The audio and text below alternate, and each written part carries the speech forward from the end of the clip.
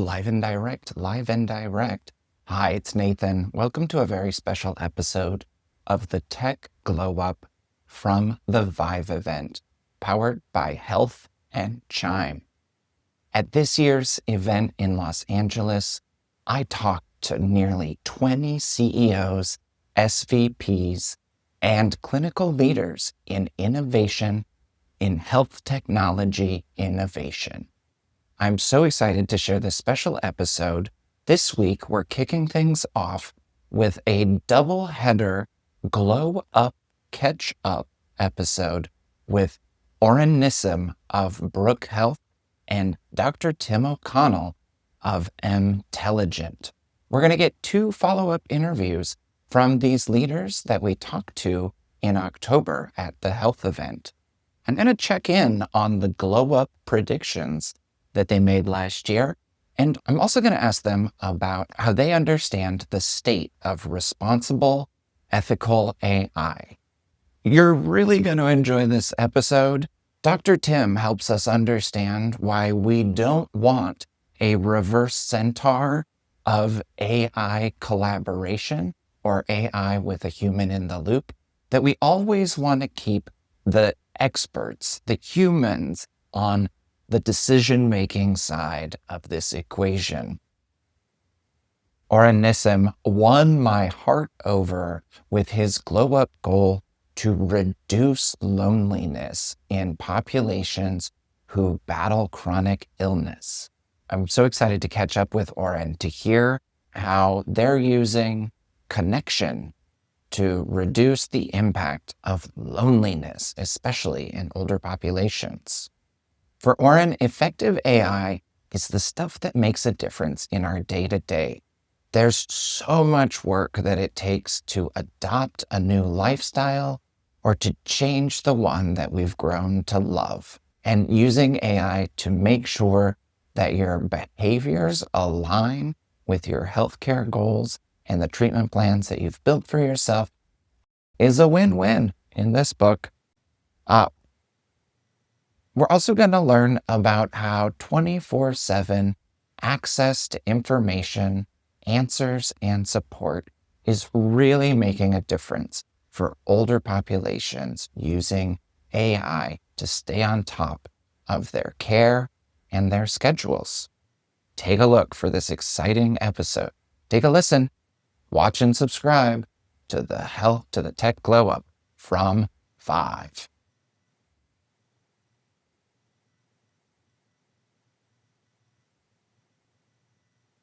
So we're going to just clap it in like we did last time. Yeah. Are you ready? Sure am. You get to do it too. Okay. 1, 2, 3. Awesome. Hello and welcome to the Tech Glow Up from Vive. Today I have the repeat pleasure of talking with Tim O'Connell, CEO of Emtelligent. Tim, how are you? I'm great, thank you. Amazing. Happy to be in Los Angeles. There's other colder places we could be this time of year. I'm from Canada. Oh, Yeah. that's so, right. Yeah. Amazing. Tim, for those who maybe didn't watch our health episode from October, Okay. Can you quickly remind us about the work that you do at Emtelligent? We have two core lines of business. One is large scale, very accurate, very cost effective data extraction from clinical notes and clinical documents, right? Our other line of business is we have a new product. We'll be launching it for self-service very soon, but it's already live in production at a customer, and it is AI-assisted chart review software. Right? You're a clinician, you got to look at a patient's chart and make a decision.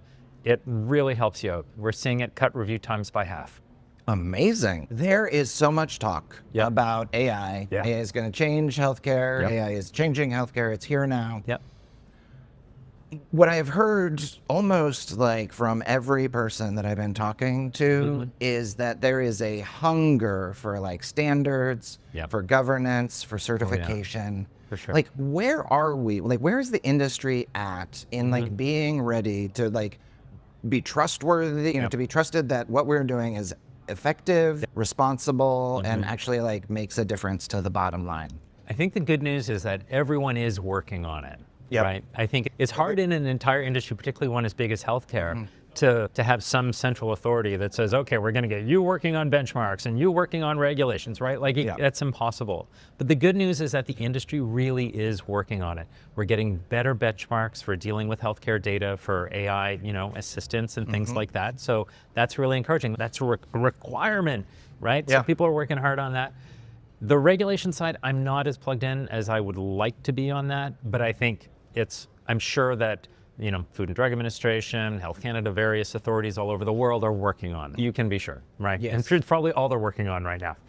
Yeah. Yeah. And I think the industry is also taking, I think, a pretty careful approach to that. A lot of the AI products that I'm seeing, including our own at Emtelligent, still want to have the human in the loop. Yep. Right? And we're trying to provide really trustworthy AI and referenced AI and saying, okay, I found this thing in the chart and here it is, like nurse or doctor, go confirm this before you write something down, right? We don't want people making up references and submitting them to court cases like we're seeing in legal.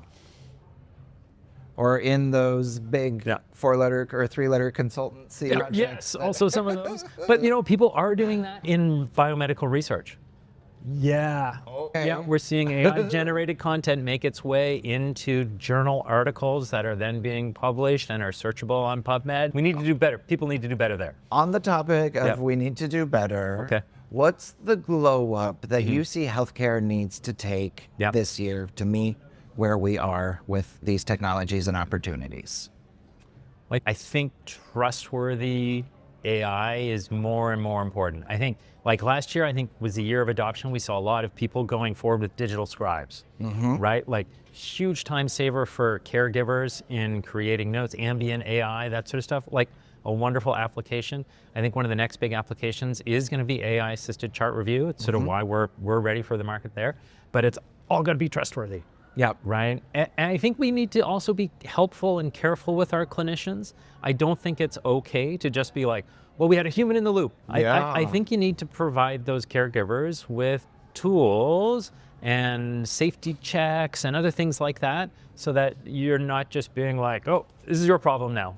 That's a lot to push off on somebody, right? A lot to push hey, off we on automated someone. your workflows, and now you're responsible for all of this. Exactly. So I'd heard this analogy, really interesting. A centaur is a human head with a mechanical body, right? And that's sort of what humans are doing using AI tools. What we don't want to have is the reverse centaur. No reverse centaurs in healthcare. Centaur, which is the AI brain, Yeah. right? That doesn't sound like a recipe for a rewarding job environment for anyone. The brain's not what we want, and the strengths aren't what we need, right? Yeah. So taking it personally, and obviously with these outstanding results coming in with chart review, but what's the glow up that you're working on for Emtelligent in the next 6 months? Well, in the next 6 months, we're going to be, I'm really excited. We're submitting a paper to a conference right now that just shows spectacular results for our accuracy in doing basically coding medical data. Yep. So really excited about that. And that's, in lay terms, this is potentially astounding. Yeah. That that's taking all of the unstructured notes and the hard to parse stuff where doctors and nurses spend a lot of time. That's making that into really clear, organized. Structuring that data. Structuring that data. Coding it. Yeah. Okay. Yeah. So I'm really excited about that because I think that's something we've been working on. We've been in business for 10 years, and it's great to see that kind of result. Definitely state of the art. So I'm excited about that. Yeah. And then the other thing I'm excited about is launching our AI-assisted chart review platform as a self-service platform, so that people can just go online and sign up and be like, you know what? I get 20 PDFs a day for consult requests. I'm a doctor working in a solo practice, and I need to review these to get to know the patients, to accept the consult or refuse it. And I just want better tools. I'm tired of just using a PDF viewer to go through a 40-page document and hoping I find the needle in the haystack. This is an example that I absolutely love. But in innovation, I always advise founders, right? Don't use the discovery call to find out that it's the wrong client. And this is we're not even using it to diagnose or treat the patient. We're just trying to see, is this a good fit for my practice? Totally. And am I interested in this kind of patient? Can I take on? And like Absolutely. to help a doctor with that kind of decision, like let's be fast so that we can go do the health. Yeah, let's save you I love time. Drag, drop, look, read, search, next patient, right? And it can use the health data, but it doesn't have to be an expert in it to like get the results that you need. No. So good. Could even be patient facing. I have two last questions and we're almost out of time. I think instead of the spicy hot take, Okay.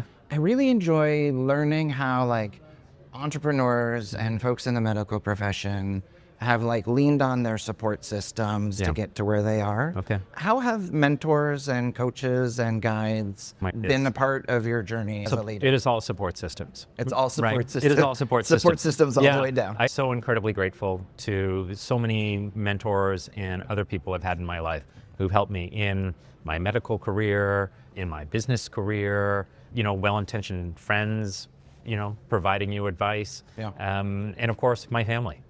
Right? Like I literally cannot do anything without my wife. So she gets big props. Yeah.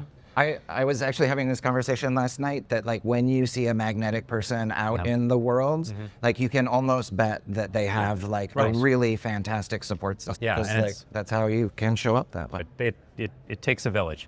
It does. Tim, thank you so much for my joining. pleasure. Until our next time on the Tech Glow Up. I'll look forward to it. Amazing. Let's clap it out. 1, 2, 3. Nailed it. This is the most fun podcast I get. We clap it in. 1, 2, 3. Hello and welcome to the Tech Glow Up. I'm Nathan C., live from Vive. And today I'm here with Oren Nissim, a repeat guest, CEO of Brook Health. Oren, it's so good to see you again. See you. Thanks for having me. How is your vibe going? It's going well. I'm afraid we lost a few of our East Coast comrades because they got stuck with the storm, but it is what it is. So Oren, just to catch us up for this segment, could you remind us what you do at Brook Health? Sure. So we're the remote care company, and we provide the tools and services to manage people with chronic conditions at home. When we talked at Health about 110 days ago or so, County. we talked about a glow up that you had for the healthcare industry. And it stuck with me, if I'm being honest, because of like the heart that was involved in this vision that you had for reducing the loneliness epidemic for people who have chronic illness, right? That are isolated due to their illness. Do you have a report? How has this very audacious goal, how has it been working on this very audacious goal? One of the key experiences for us lately is that we're seeing a huge amount of impact in cardiovascular risk. We are just about to release a really, really important study in that world. And for me, connecting that back with that loneliness thing, let's think about this individual. They ended up with a problem. They ended up in the hospital. They go home. The first thing that they did was Googled and ended up finding that there is a very likelihood that they are not necessarily going to be with us for a lot longer. Yeah. It's really, really scary. And the main problem is how to give them agency and the tools. And I think that when we talk about AI, one of the key things that people say is like, can I really trust in the ability to really kind of chat with this thing? And what they're missing is, especially with the older age is actually doing really, really well with discussing with AI because it feels like this thing that I can rely on and actually converse with 24/7 and actually bridges the loneliness gap in a way. So it deals with the function of the care, but it is also dealing with the underlying function of, I just want somebody to talk to, and I would just want somebody to be able to give me advice unsolicited yet 24/7. And how do you get that from a human? This phenomenon of when AI can help me with answers that are important, that patients will start to go back to it for other purposes or will go into deeper conversations is something that I've heard like kind of anecdotally pop up that's like super encouraging, right? Like we hear a lot about AI, what's effective, what's actually working, and like where's the data, where are we at is like hard. Do you have an opinion as somebody who's like very much trying to be impactful with AI in healthcare? What's the standard for effective, responsible AI in healthcare? Like, where are we at today? I think the standard is that directing it to have more not the hardcore medical do this instead of that, because there's so much regulatory hurdles that we still need to go through. Rightfully so, by the way. I don't think it should be solved really, really quickly. But everything above and beyond that, if you take a patient and you say, well, let's analyze what actually happened in a particular conversation, somewhere between 80 to 90% of the conversation is about how is this one particular medical advice actually going to get adopted into my lifestyle? Which medications can I afford? Can I really adopt into this new behavior that I need to be into? Why am I afraid of it? What is my, what are my personal hurdles with not being able to do it? So I think the standard really focuses on some people call it lifestyle. When they use that sentence, it almost degrades what it really is, because this is not about, hey, have the next smoothie or whatever. This is really genuinely about how do I adopt into, I'm going to be on this particular med. It's going to change my diet. It's going to change other lifestyle habits. I'm going to sleep better. I'm going to sleep worse. Other things are going to happen. So how do I navigate myself into that place that is supposedly better for me, but I'm having a hard time adopting? That's true advice, whereby somebody actually is holding you by the hand, as opposed to, I'm going to throw this at you and now good luck and see you later, which is currently what's happening. So I think if you can really, kind of double down on that particular thing, that's a meaningful impact. One of the best experiences I ever had with like an AI agent was a very opinionated agent that really wanted to have a conversation. And it showed me how important like that communication having a purpose and having something that drives it. Because if you're just like shoveling information at people, like I'm sure we've all had the like experience where ChatGPT just like gives a 5-page answer and you're just like, when is my flight? Like I don't need an analysis of flight patterns. So that's like getting to the right level. I really appreciate. So as we think about 2026 and like where we're at, I loved your bold vision for the future, in October. Based on where we are today in 2026, even the last 100 days, a lot has changed. What is the glow up that you think healthcare needs to be focused on this year?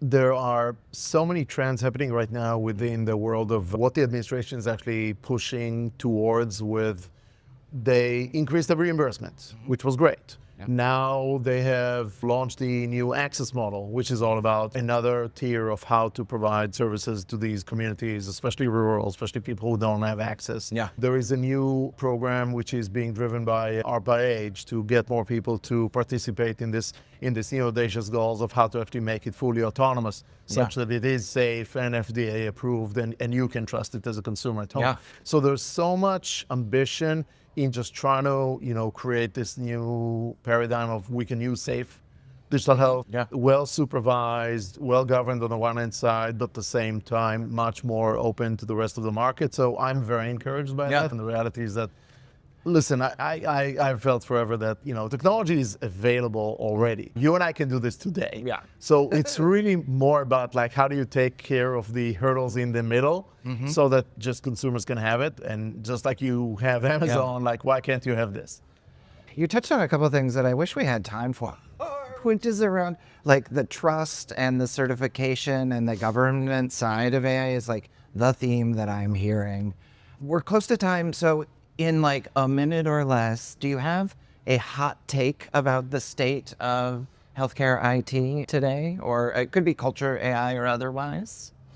I think it's about the double-edged sword of the intervention from above. And is this going to be a good for the industry or a bad for the industry? The reality is that, because we end up in models whereby, taxpayer money gets involved, that gives it some sort of the legitimacy of that happening. On the other side, of course, you got lots of industry leaders who are going to say, I know to figure this out better. I mean, I think it's going to continue to be a very healthy debate, but I, for one, am like everything I've been seeing over especially the last 3 months, I think is going in the right direction. Interesting. Policy drives innovation, drives policy. It does. I love it. Oren Nissim, CEO of Brook Health. It has been such a delight to check back in with you on this tech glow up, catch up. Thank you again for talking at 5. All we got to do is clap it out. Thank you so much. Awesome. 1, 2, 3. Thank you. So good. Yes. can I ask you a favor? If you really enjoyed this episode, could you share it on your Instagram stories or maybe post the link with what you enjoyed on LinkedIn? This sort of sharing and engaging really helps small podcasters like me reach the audience that I know really cares about these kinds of conversations. If you've made it this far in the podcast, I really appreciate you. Thanks for listening. Please make sure to like and subscribe so that you never miss an episode of the Tech Glow Up. And hey, can I ask you a favor? If you really enjoyed this episode, could you share it on your Instagram stories or maybe post the link with what you enjoyed on LinkedIn? This sort of sharing and engaging really helps small podcasters like me reach the audience that I know really cares about these kinds of conversations.